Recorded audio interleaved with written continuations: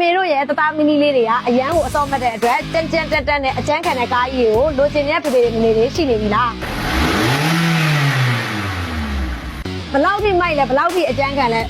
ပေါ်သားတွေအရန်တောင်းတယ်လို့ပြောလို့ရတယ်ကိုချစ်ကားဒီဇိုင်းအောင်မှာဒီလိုမျိုးဘေးပေါင်မြင်းမြင်းနဲ့ဖြစ်တဲ့အတွက်ကြောင့်ကလေးလေးတွေအတွက် safety ဖြစ်စေပါတယ်ဇောက်ကလည်းတော်တော်နဲ့တယ်ကလေးလေးတွေအရက်9ပေလောက်ထိကိုစီးလို့ရမယ်ကလေးအသက်12နှစ်လောက်ထိကိုခံမှန်းပေးထားပါတယ်ပေါင်ချိန်အနေနဲ့ကတော့120လောက်ထိကိုစီးလို့ရမယ်လို့ပြောရ recommend ပေးပါတယ်ဒါသူဒီမှာပါတယ်စပယ်ယာပဲဘိန်းလုံးလေးတွေပါဘိန်းလုံးတစ်လုံးကိုနဲတာမဟုတ်ဘူးเนาะတော်တော်ကိုတောင်းတောင်းတင်းနဲ့တူတက်တယ်ပေါ့เนาะဒီမှာတက်ရတဲ့ဘိန်းလုံးတွေပါသူကကျတော့စပယ်ယာဘက်စပယ်ယာဝီးသဘောမျိုးနဲ့ပါတာပါเนาะအနောက်မှာအလှစင်တာပါဘိန်းလုံးတစ်ခုခုဖြစ်သွားရင်နဲလို့ရပါတယ်เนาะဒါပေမဲ့အာမခံပါတယ်ဒီဘိန်းလုံးတွေဒီလောက်တောင်းတဲ့ဥစ္စာပေါ့เนาะလဲစရာမလိုဘူးလို့တော့အာမခံလို့ရတယ်ပစ္စည်း quality တော်တော်ကောင်းတယ်လို့ပြောလို့ရပါတယ်เนาะ